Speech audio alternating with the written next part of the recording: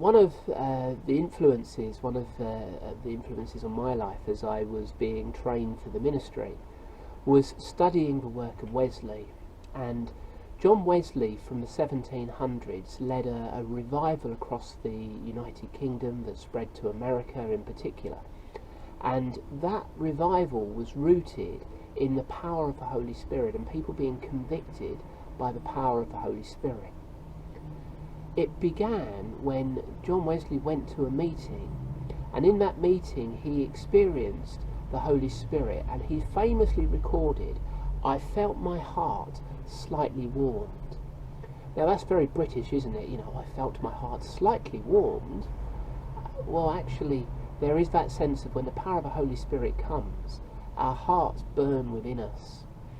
And I want to encourage us to experience more of that Holy Spirit conviction, to be open to the work of the Holy Spirit, because when the Holy Spirit comes, he does a work of inner change.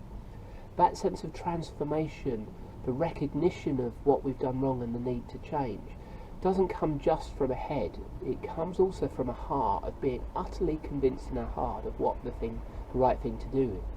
And John the Baptist understood his role, and that as the forerunner, the Messiah was coming after him, who would baptize with the Holy Spirit.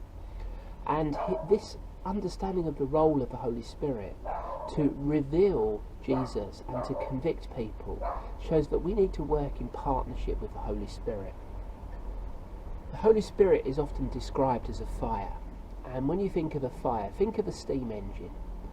When a steam engine works, you're shoveling coal into the engine, which burns with an intense heat, and as that heat intensifies, it heats up a boiler of water, and that boiler of water produces steam, and that steam is supercharged heat, supercharged water, supercharged power, and produces the energy to drive the steam engine forward. The fire creates the momentum by generating this power, and when the Holy Spirit burns with fire within us, he convicts us and moves our hearts towards Jesus. He also helps us to realise and understand the true status of our standing before Jesus. So conviction leads to submission, leads to surrender, and leads to acceptance. And I want us to think this morning about that sense of the way we deal with that challenge of power is by being utterly convinced of our true standing before God, and realising that that power is actually rooted in submission, but is there to create momentum to reveal Jesus Christ.